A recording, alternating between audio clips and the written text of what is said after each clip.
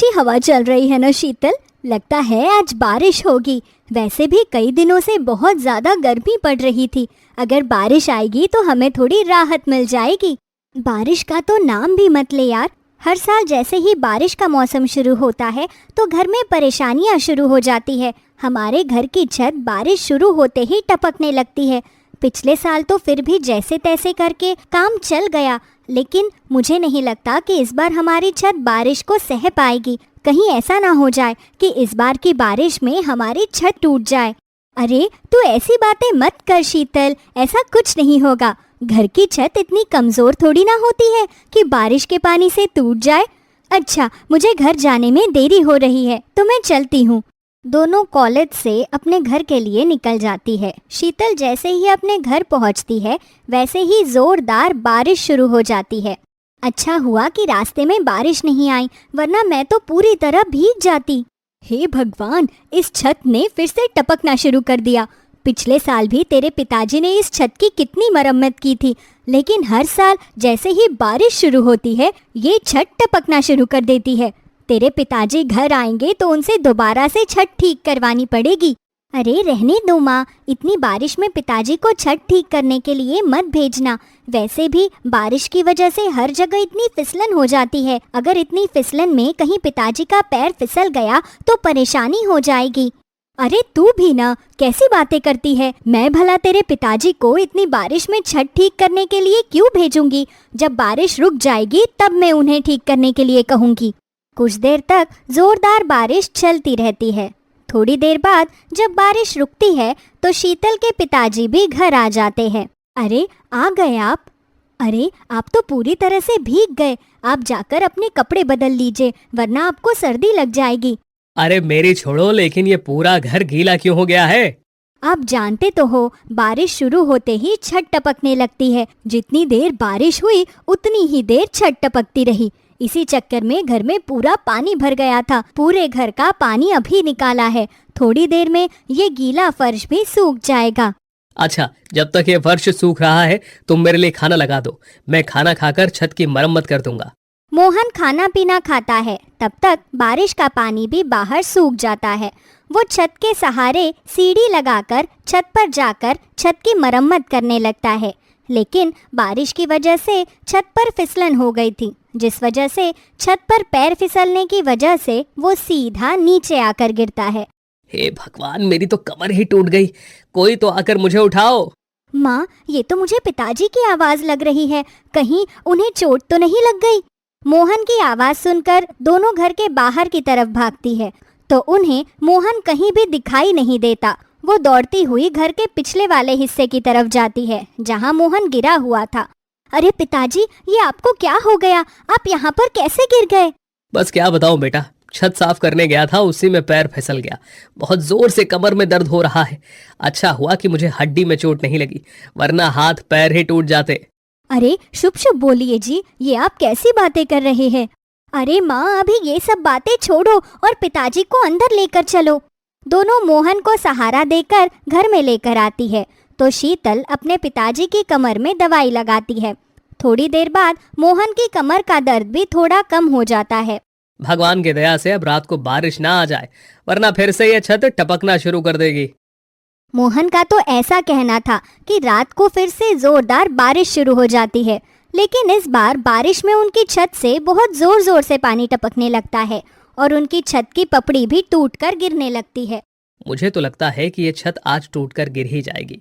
इससे पहले कि ये टूटकर गिर जाए हमें घर से बाहर निकल जाना चाहिए। चलो सुधा, चलो शीतल, जल्दी से हम घर से बाहर चलते हैं। यहाँ पर रुकना खतरे से खाली नहीं।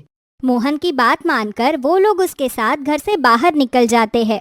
वो घर के बाहर निकलते ही है कि तभी उनके घर की छत टूटकर गिर जाती है। अपनी आंखों के सामने ये सब देखकर वो बहुत ज्यादा डर जाते हैं। अच्छा हुआ कि आपने सही समय पर हमें घर से बाहर चलने के लिए कहा, वरना न जाने आज क्या अनहोनी हो जाती। लेकिन इतनी मेहनत की कमाई से जो घर बनाया था, आज वो घर भी हमारे सामने टूट गया। अब हम लोग कहाँ पर जाएंगे, कहाँ रहेंगे? परेशान मत हो सुधा, हमें उसका कोई ना कोई रास्ता जरूर मिलेगा।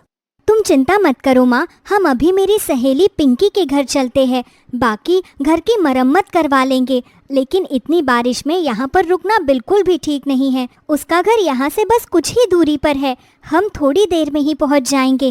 वो लोग बारिश में भीगते हुए घुटनों तक भरे हुए पानी में चलकर शीतल की सहेली पिंकी के घर पहुँचते हैं। पिंकी जैसे ही दरवाज़ा खोलती है तो उन सब की ऐसी हालत देखकर उन्हें जल्दी से घर के अंदर ले आती है। अरे आप सब तो बहुत बुरी तरह भीग चुके हैं, लेकिन आप सब इतनी रात को यहाँ पर, सब ठीक तो है ना? शीतल पिंकी को सारी बात बताती है तो पिंकी को भी उसकी बात सुनकर बहुत बुरा लगता है। वो जल्दी से शीतल के मम्मी पापा को गेस्ट रूम में भेज देती है और शीतल को अपने कमरे में ले जाती है।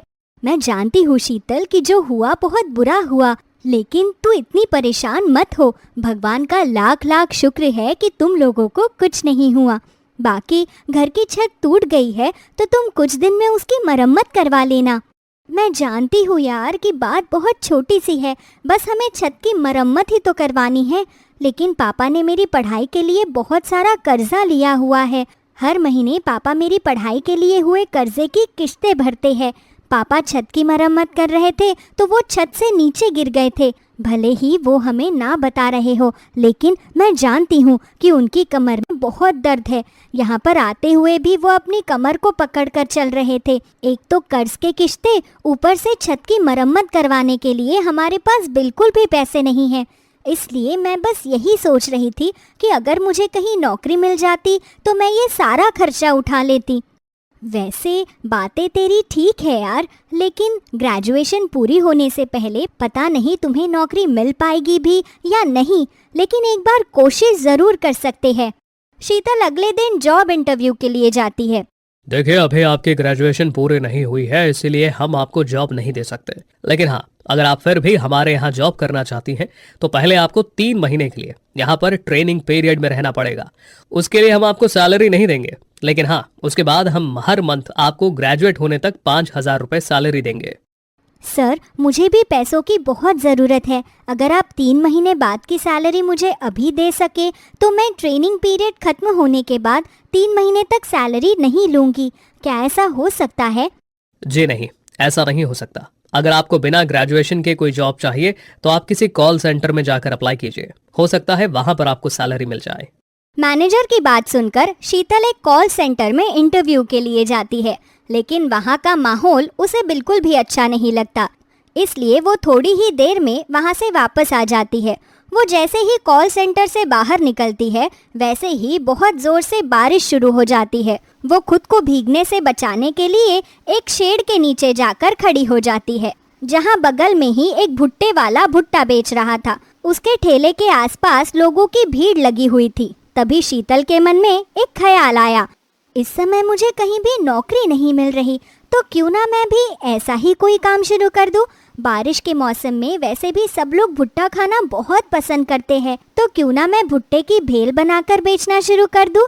इससे हमारा खर्चा पानी तो अच्छे से निकल जाएगा और मैं पिताजी के किस्तें भी भर दूंगी। लेकिन मेरे पास एक काम शुरू करने के पैसे तो है ही नहीं। शीतल ये सोचकर पिंकी के घर वापस आ जाती है। वो पिंकी को ये सारी बात बताती है। अरे तो तू चिंता क्यों करती है? अगर तुझे अपने काम के लिए पैसे चाहिए तो मैं तुझे पैसे दे दूंगी, तू बिल्कुल भी परेशान मत हो। पिंकी शीतल को काम शुरू करने के लिए पैसे दे देती है। उन पैसों से शीतल अपना भुट्टा भेल का एक ठेला खोलती है। भुट्टा भेल ले लो, गरम गरम भुट्टा भेल ले लो, चटपटी मसालेदार भुट्टे की भेल ले लो। अरे वाह, भुट्टे की भेल, ये तो मेरी दादी बचपन में बनाया करती थी। मुझे तो इसका स्वाद बहुत ही ज्यादा पसंद है, लेकिन यहाँ पर ये मिलती ही नहीं। अच्छा हुआ कि आज मुझे खाने के लिए मिल गई। मुझे जल्दी से एक नहीं 2 प्लेट भुट्टा भेल दे दीजिए। शीतल जल्दी से ग्राहक को भेल बनाकर देती है। अरे वाह, इसका स्वाद तो बड़ा ही अच्छा है, और इसके अंदर आपने जो प्याज, टमाटर और खीरा काट कर डाला है वो भी बहुत ताजी है। इसकी वजह से इसका स्वाद और ज्यादा बढ़ गया है।